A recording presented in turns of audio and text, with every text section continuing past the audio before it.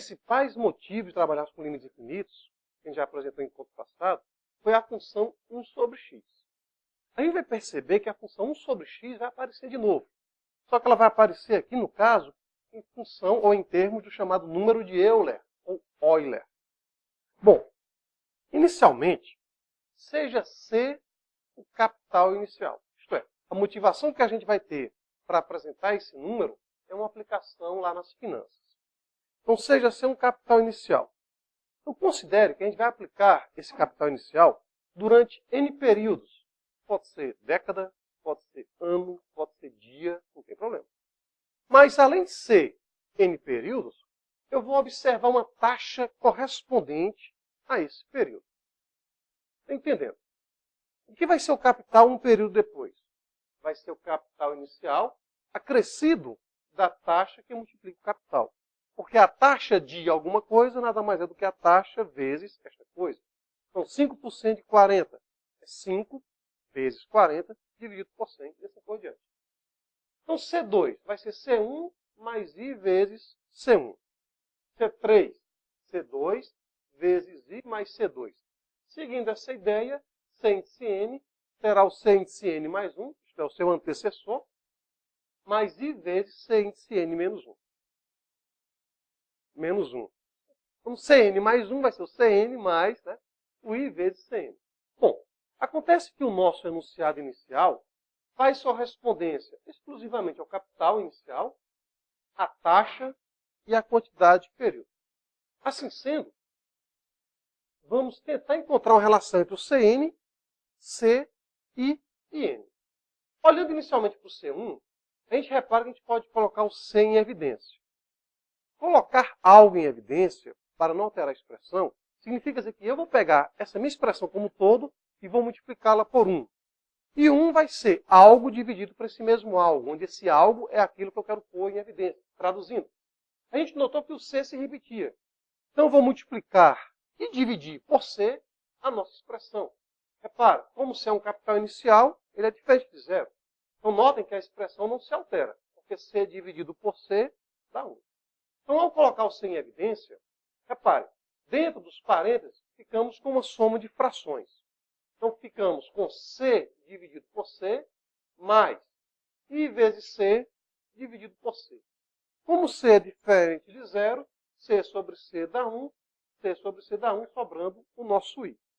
Então, C1 é a mesma coisa que C que multiplica 1 mais I. Repetindo essa ideia, quem é C2? Repara que a gente pode colocar o C1 em evidência. Então vai ser C1 que multiplica 1 mais I. Mas quem é o C1? C1 da linha anterior é C que multiplica 1 mais I. Então a gente fica C vezes 1 mais I vezes 1 mais I. Lembrar que quando a gente não faz a explicitação, o expoente ele vale 1. Então bases iguais, somamos expoentes. Então ficamos com C vezes 1 mais I ao quadrado. Por analogia, em C3, fica C2 mais I vezes C2. Podemos colocar o C2 em evidência. C2 vezes 1 mais I. Mas quem é C2? C vezes 1 mais I ao quadrado. Bases iguais, somamos expoentes. Então lembrar que vai tentar usar a intuição. Eu vou evitar usar a indução finita. Mas para usar a indução, primeiro eu tenho que ter uma candidata, uma expressão de origem para poder analisar. Bom, qual é a ideia intuitiva? A gente repara que o C se repete em cada uma das três linhas. 1 mais I também. O que é que modifica-se? Quando o índice 1 lá do nosso C1, a gente observa que é o próprio expoente de C vezes 1 mais I. Para o índice 2 do C2, eu tenho o mesmo expoente de C que multiplica 1 mais I. Vai lembrar, é 1 mais I elevado ao expoente 2 e não C. Para o índice 3, idem, C vezes 1 mais I a terceira. Por analogia, quem é o C índice N? É C vezes 1 mais I, onde o 1 mais I está elevado ao expoente N. Está claro até aqui? Mas agora vamos para o que interessa. Vamos supor inicialmente que esse nosso N ele foi acordado em décadas. Então a minha taxa está em décadas.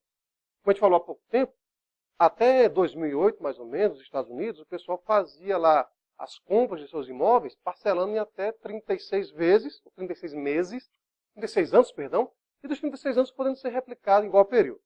Então, se eu imaginar o N como sendo década e o I como sendo uma taxa associada a essa década, então, o C3 seria o quê? 3 décadas. C18, 18 décadas. Acontece que hoje em dia a gente tem um mercado muito mais dinâmico. Entendendo? Se em vez de olhar o N como sendo década, passasse a olhar o N como sendo ano, como é que eu faria uma taxa correspondente? Ora, uma taxa correspondente seria, como uma década possui 10 anos, seria multiplicar o N por 10. Concordam comigo? A priori, a gente fixou que o período está em décadas. Só que a gente quer, de repente, fazer o chamado reajuste anual. Você tem um contrato, e o contrato só a cada ano tem um reajuste. Então seria aqui a ideia. Você faz um contrato em décadas, mas a cada ano tem um reajuste. Como uma década possui 10 anos, então vou multiplicar por 10 o período.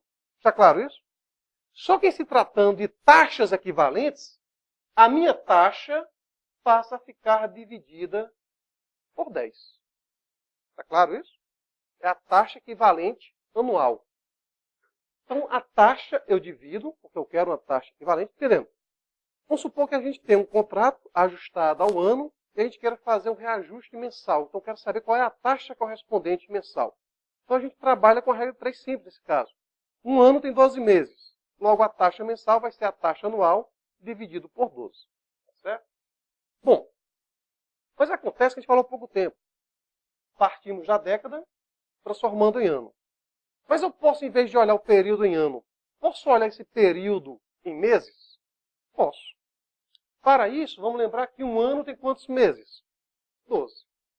Então, eu multiplico por 12 e a taxa vai ser dividida por 12. No caso da divisão de frações, fica I sobre 10 dividido por 12 e acaba ficando I sobre 10 vezes 12. Está claro? Repara, a partir do período em década, já estou olhando agora o período em meses. Opa! Mas algo me impede, de repente, de trabalhar com as taxas diárias? Sim, porque de repente eu faço um investimento hoje, vamos supor que você vai imaginar, vai casar daqui a um ano e, apaixonado, resolve comprar uma casa hoje. Por algum outro motivo, acaba brigando com a mulher, não quer mais se casar. Aí no dia seguinte vai querer desfazer o negócio. É possível? Sim, é possível. Só que você não vai ganhar todo o seu dinheiro de volta, porque temos as taxas envolvidas. Então, se eu quiser uma taxa diária, lembrar que, por efeito especial, um mês ele é considerado com 30 dias. Então, a gente multiplica isso aqui por 30 e esse pessoal aqui vai ficar dividido por 30. Opa! Mas se vocês forem olhar para a Bolsa de Valores, para o mercado imobiliário de um modo geral, nós temos taxas que não são apenas no dia. Nós temos taxas que são horárias. Entendendo? Abre a bolsa, o dólar de repente está valendo R$2 e alguma coisa. Daqui a 3 horas, se o dólar tiver um aumento substancial, eu posso imaginar em querer comprar. Ou se ele tiver tido uma baixa, eu posso querer vendê-lo.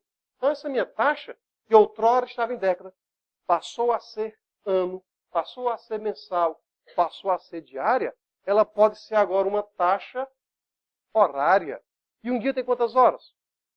Aí você multiplica por 24, e esse rapazinho aqui você divide por 24. Coloca aqui na frente por causa do espaço. Traduzindo.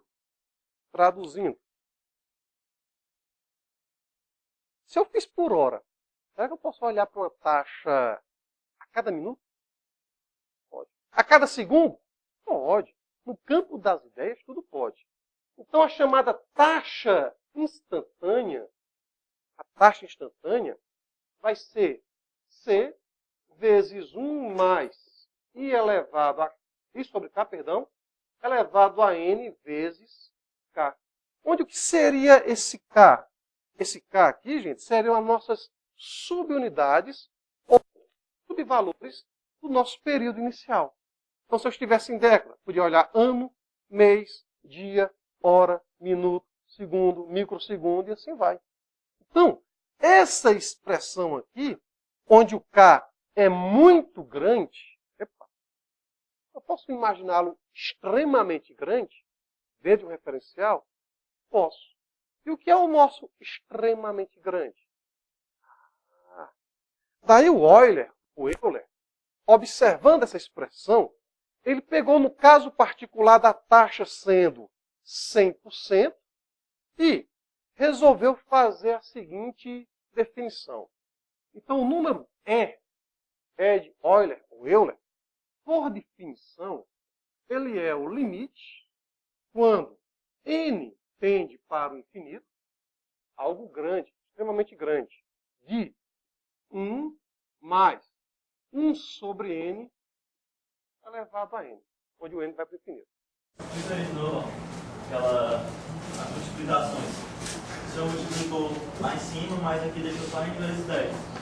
Não, se eu acertar também 10, 12, assim vai. Certo? Então eu faço para cá, eu foquei mais a expressão, mas o índice também está sofrendo a variação. Para poder chegar nisso aqui, ó. CK, K, K.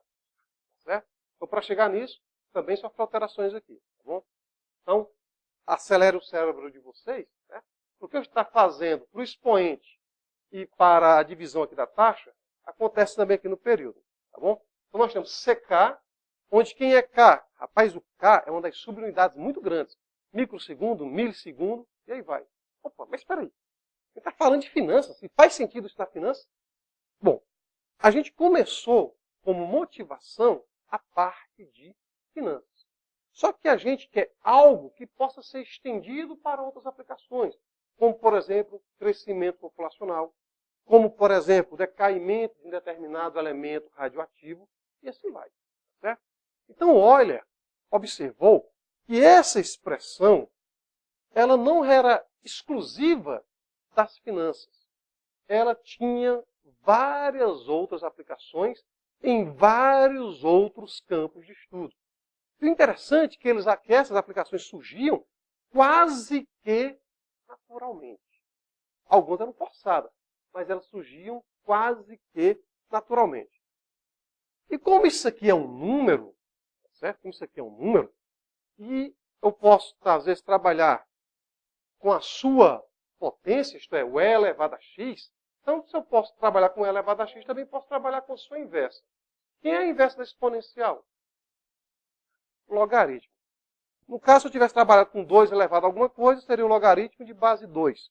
Se fosse 3 elevado a alguma coisa, seria o logaritmo de base 3. Como eu estou falando de e elevado a alguma coisa, estamos imaginando o logaritmo de base e. E como isso surge quase que naturalmente, chamamos a esse logaritmo de logaritmo natural. Certo? Então a gente vai definir para o n sendo inteiro e positivo, isto é, para n sendo natural, o número e como sendo isso daqui. Por sua vez, gente, como eu falei para você, a gente não está no curso de análise. Se a gente estivesse no curso de análise, eu iria fazer agora 3 demonstrações. Primeira demonstração. Eu iria mostrar que esse limite ele é uma sequência convergente. Isto é, ele vai tender para um determinado valor. Só que eu iria fazer da seguinte maneira. Iria encontrar o maior valor que ele poderia assumir e o menor valor que ele poderia assumir. Estas aproximações do maior valor e do menor valor, a gente vai observar que esse ele vale aproximadamente 2,71. E a outra coisa que a gente mostra, consequência disso, lembrar, 2 pontinhos, são as igualdades por definição. Uma outra consequência disso é que esse limite não é válido só para os números naturais. Ele também é válido para todos os números reais. Então, em vez de ser o n tendendo para o infinito, posso imaginar um número real qualquer tendendo para o infinito. A gente demonstra isso daqui. Lembrando, no curso de análise vocês vão ver isso. Certo? Então, o nosso foco é apenas argumentar que isso existe. Agora, olha algo interessante. Não é só o x indo para o mais, não. Esse número e também tem uma particularidade. Então, isso daqui é consequência, tá certo? A definição.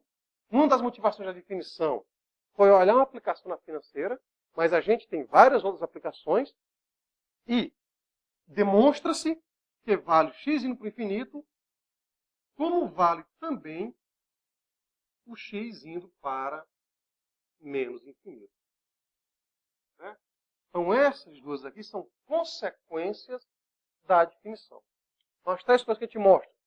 Esse valor, e que o n pode ser trocado por um x real indo para o mais infinito ou x indo para o menos infinito.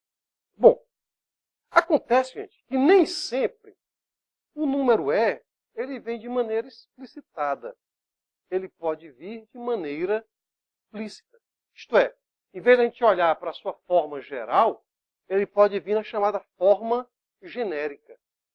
Hein? Forma genérica? Aqui a gente está tendo os genéricos, os medicamentos genéricos e tudo mais. Então vamos colocar aqui uma forma genérica para ele. Isto é, qual seria a forma genérica? Seja H igual a 1 sobre x. Seja H igual a 1 sobre x. Ora, se o x tender para o mais, ou se o x tender para o menos infinito, o H tende para quanto? 0. Né? Então, se x tender para mais infinito, ou se o x tender para o menos infinito, segue-se, ou então, que H tende para 0. Recorda a tabelazinha que a gente construiu na aula passada? Ou então, se não recordar, não tem problema. Argumentem. Imagine um número grande para o x. 3 bilhões. 1 sobre 3 bilhões é o quê? De qual eu não sei, mas eu sei que está perto de 0. 10 quinqualhões. Dá para escrever? Não, não precisa. Vamos argumentar. Eu sei que ele é grande, mas o inverso dele é muito pequeno. Então, quanto maior for o número x, mais próximo de 0 estará 1 sobre x. Opa, mas faz sentido eu falar menos 0? Não. Então, tanto faz o x ir para o mais ou para o menos infinito. Segue-se que o h vai tender para 0. Sim, daí? Daí, vou pegar essa escrita, mas sem nenhum ônus, posso escrever essa outra. Tá certo?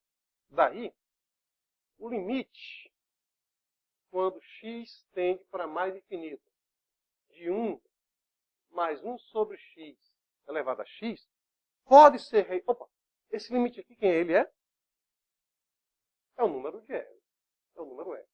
Então eu posso reescrever da seguinte maneira. X tender para o mais infinito ou tender para o menos infinito, tanto faz, equivale quem? O h tender para 0. A gente fica com o limite. Quando o h tende para 0. A gente mexeu com esse número 1? Não. Mais 1 sobre x, mas quem é 1 sobre x? H. Gente, se 1 sobre x é igual a h, quem é x? 1 sobre h. Então, essa expressão é a chamada expressão genérica do número de Euler. Bom, genérica é por minha conta, certo? Você pode perguntar, eu não estou entendendo muita coisa. Estou entendendo como assim muita coisa? Primeiro, por que tem que ser necessariamente aqui o número 1? Por que não pode ser outro número? E outra coisa, será que eu não garanto que 1 elevado a qualquer coisa não é igual a 1? Bom, primeiro vamos pensar um pouquinho. Primeiro, se esse rapaz aqui fosse diferente de 1, mais precisamente, se fosse maior do que 1, por exemplo, 2, 3, 13,34, quando o h tendesse para 0, então eu iria ficar com algo que é maior do que 1. Ora, algo maior do que 1 elevado ao infinito, porque 1 sobre h, quando h tende para 0, essa expressão fica o inverso de algo muito pequeno. O inverso de algo muito pequeno é algo muito grande. Então, se isso aqui fosse maior do que 1, essa expressão já iria para o mais infinito. Bom, vamos voltar para cá. Então, 1. Quando eu falo h tender para 0, significa dizer que o h pode se aproximar de 0 por valores maiores que ele, ou por valores menores que ele. Se o h tender para 0 por valores maiores do que ele, esta base passa a ser maior do que 1. Se essa base é maior do que 1, elevada a algo que vai para o infinito, isso aqui vai para o infinito. Mas, se o h tender para 0 por valores menores do que 0, esta base passa a ser menor do que 0. Se a base for menor do que 0, elevado a algo que vai para o infinito, isso aqui vai tender para zero. Então, isso aqui tende para 1, para infinito, ou isso aqui tende para zero? Resposta. Isso daqui é o número de Euler. Ou seja, nem vai para zero, nem vai para infinito. É o próprio número E. Está claro mais ou menos a argumentação? Por que isso aqui tem que ser o número 1? Então, essa expressãozinha gera o chamado número de Euler. Bom, um resultado interessante que a gente vai argumentar agora é que E elevado a P é o limite quando x tende para o infinito ou para menos infinito, tanto faz, de 1 mais P sobre x elevado a x. Tá certo? Por exemplo, se aparecer o limite de 1 mais 3 sobre x elevado a x, resposta é elevado a 3.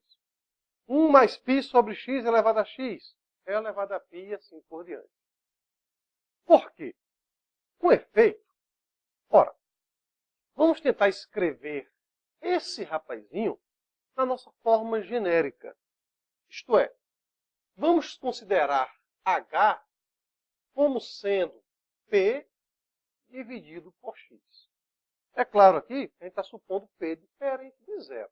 Né, gente?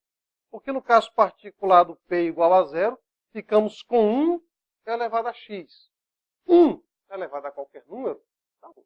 Então, ficaríamos simplesmente com o número 1, então não tem o que fazer. A gente está supondo p diferente de zero e vamos considerar h como sendo p sobre x. Com efeito, à medida que o x tende para o infinito, o h tende para onde? Zero. Já falamos que ficaria p vezes 1 sobre x. 1 sobre x é para zero, 0 vezes p para zero. Bom, h tende para zero. Assim, esse limite passa a ser o limite quando o h tende para zero de 1 mais h. Então, de p sobre x, estamos escrevendo h. E quem é x? Ora, se h é p sobre x, x é p sobre h. Espera aí. H. Se fosse simplesmente 1 mais h, tudo isso elevado a 1 sobre h, no limite, sabemos que esse rapazinho aqui vale E. Só que apareceu ali P sobre H. E agora?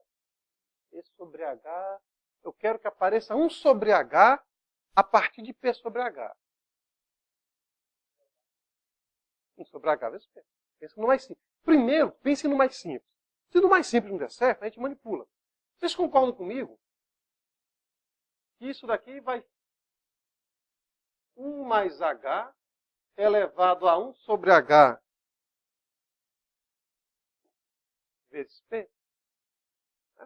P sobre H é P vezes 1 sobre H. Bom, temos uma propriedade das potências que nos diz o seguinte. A elevado a B vezes C, isso aqui é a mesma coisa que A elevado a B elevado a C. Está claro? Isto é o produto de A elevado a B por ele mesmo, C vezes, caso C fosse um número inteiro.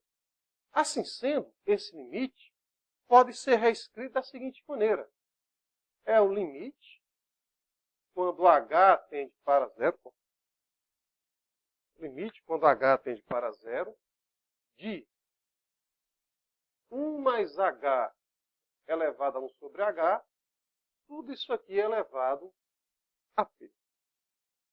Só que a gente já tem falado para vocês que os tais epsilons e deltas garantem que o limite da soma é a soma dos limites, limite do produto é o produto dos limites, limite da raiz é a raiz dos limites, em particular, limite da potência é a potência dos limites. O que é esse rapazinho aqui? Como ele está elevado a P, sobra simplesmente E elevado a P. Ok? Então esse é um dos principais resultados que a gente tem envolvendo o número de Euler. E se P for igual a X? A priori, P é constante. A priori, o P é uma constante. Se o P for a própria variável X, você fica com X sobre X que dá 1. A gente ficaria com 2 elevado a x. Como a base é maior do que 1, 2 elevado a x com x para o infinito, isso aqui vai para o infinito. Okay? Então a gente vai fazer aqui duas aplicações básicas, mas lembrando que o foco nosso, já que estamos no curso de engenharias, são as aplicações. Então é interessante que a gente saiba pelo menos de onde veio o e à terceira, o e elevado a 27, do e elevado a π. Algumas particularidades é que nós vamos precisar saber que o número e, na verdade, é um limite. Essas particularidades, em geral, são aplicações que envolvem as derivadas, que é assunto para a nossa segunda avaliação. Então, a gente falou, a gente deduziu lá o e elevado a p, que tanto faz a variável tender para o menos, quanto para o mais infinito. Tá certo? E outra coisa, se vocês prestarem bem atenção, nós estamos observando uma expressão elevada a outra. Uma expressão elevada a outra. Se não houvesse esse expoente x, eu não precisaria trabalhar com essa ideia aqui do infinito. Ou com essa ideia do número de Euler. Com efeito, se o x tendesse para o menos infinito, não houvesse esse rapazinho, 3 sobre algo que vai para o infinito vai para 0. Então isso aqui daria simplesmente 1. Está claro isso? Agora, se eu olho esse x aqui fora, o problema é, essa expressão ela tende para 1, mas ela tende para 1 por valores maiores ou menores do que 1? Porque se for por valores maiores que 1, a tendência é ir para alguma coisa. Menor do que 1, tendência é para outra coisa. No geral, isso aqui vai convergir para o número e. E como é que converge? Bom, nós deduzimos que e elevado a p é o quê? Que e elevado a p é o limite quando a variável tende para o mais infinito ou menos infinito, tanto faz. Então, vamos comparar. A variável está tendendo para o mais ou para o menos infinito em ambos os casos? Sim. Apareceu o número 1 em ambos os casos? Sim. Está aparecendo. Então, vamos lá, continuar. 1 mais p sobre x. Opa! O x como denominador está aparecendo no item 1 explicitamente, no item 2 implicitamente. Mas o principal está associado à potência. Temos isso aqui elevado à variável x. Repara que em ambos os casos temos o item 1 explícito, o item 2 implícito. Traduzindo, o item 2 vai ter que ser mexido, mas o item 1 ele é direto. Como assim direto? Quem é o candidato a P no item 1? Epa! Menos 3. Vocês concordam comigo? Que esse item 1 pode ser reescrito como sendo 1 mais menos 3 sobre x elevado a x. Concordam? Então, o que é que faz o papel de P? Menos 3. Então, quanto é que vale esse limite? É elevado a menos 3. Ok? Só isso? Só isso. Simples assim. Mas, em geral, se você leva muito tempo para fazer a demonstração de um resultado, as manipulações são mais fáceis. Agora, se você não demora muito para a demonstração, pode ter certeza que as manipulações, em geral, são mais trabalhosas. Certo? Então, questão 2. Vamos lá. A variável tende para o infinito? Tende. Eu tenho uma expressão do tipo a elevado a b, onde ambos são variáveis? Temos. Mas para usar explicitamente esse limite, repara que eu tenho que ter isoladamente 1 mais alguém sobre x. Eu tenho que ter 1 mais alguém sobre x. Aqui eu não tenho explicitamente 1 mais alguém sobre x. Eu tenho x mais 1 sobre x menos 1. Eita! Eu tenho x mais 1 sobre x menos 1. Eu queria quem mesmo, hein? Será que eu posso dizer que aquele negócio, x mais 1 sobre x menos 1, é a mesma coisa que x sobre x, mais 1 sobre x, mais, né? Mais 1 sobre x menos 1 sobre 1? Opa, x sobre 1. Posso dizer isso? Posso dizer que a mais b sobre C mais D. É A sobre C mais B sobre D, mais A sobre D mais B sobre C? Como é que vocês chamam de fração, hein? Ah, sim. Tem um nó no final. Poxa vida. Então, quebrar aquela expressão nós não podemos quebrar. E agora? Será que eu vou ter que fazer alguma matemática nela? Não. Vamos pensar um pouquinho. O que é que nós queremos? O que é que nós queremos? É que a gente quer que ela exponencial. Mas a exponencial, como é que ela está sendo escrita? 1 mais alguém sobre x. Qual foi uma das primeiras coisas que a gente fez na aula de hoje?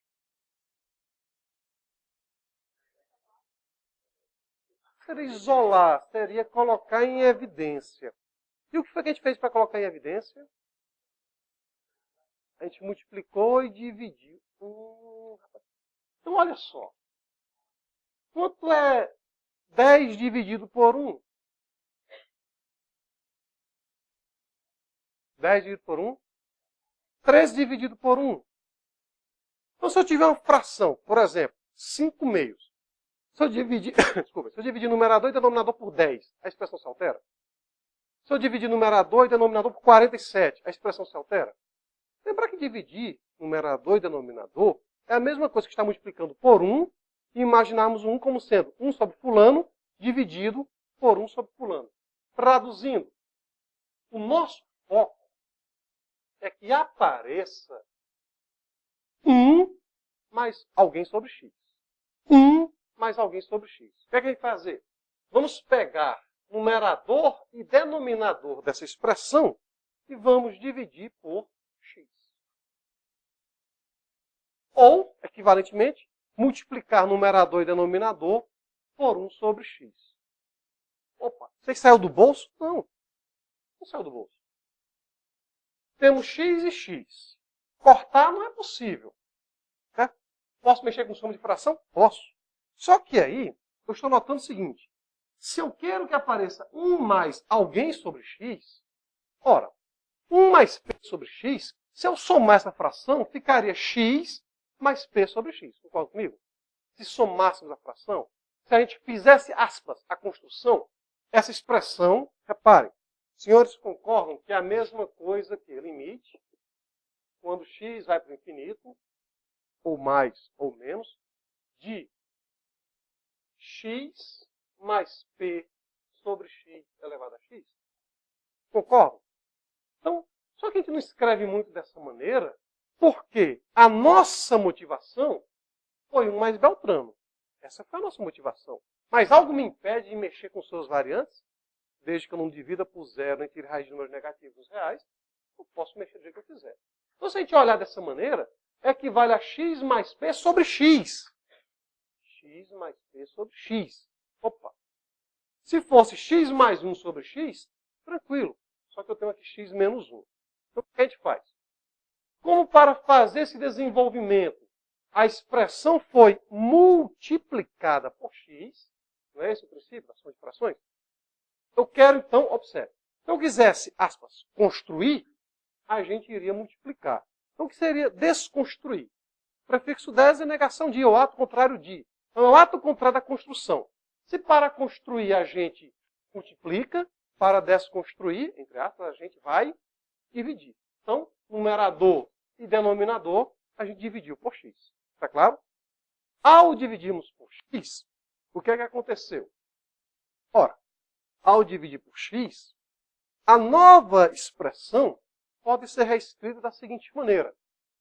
Fica limite, quando x tende para o mais infinito, bem que esse problema poderia ser para o menos infinito, tanto faz, de o numerador x mais 1 sobre x é x sobre x, dá 1, mais 1 sobre x. Denominador, x menos 1 sobre x, que fica 1 menos 1 sobre x. Perguntas? Repara, cada um deles, isoladamente, já podem ser perceptivos. Já dá para a gente visualizar que é o tal do E elevado a P. Opa! Mas acontece que eu estou com um quociente. Então, a gente pode fazer o seguinte. Pode ir direto, como a gente pode ir indiretamente. Como assim indiretamente? Opa, só o limite. Então, esse aqui é o limite. Tem a propriedadezinha das potências, que nos diz que A sobre B elevado a C é A elevado a C sobre B elevado a C. Recorda essa propriedade? Então, eu estou usando a seguinte propriedade, gente. A sobre B elevado a C é A elevado a C sobre B elevado a C. Então, isso aqui fica 1 mais 1 sobre x elevado a x, o nosso numerador. E o denominador fica 1 mais menos 1 sobre x elevado a x. Está claro? Não está claro? Está claro? O limite de um quociente é o quociente dos limites. O limite de uma soma são das limites, assim vai. Então, o numerador, quem ele é? Quem ele é? É.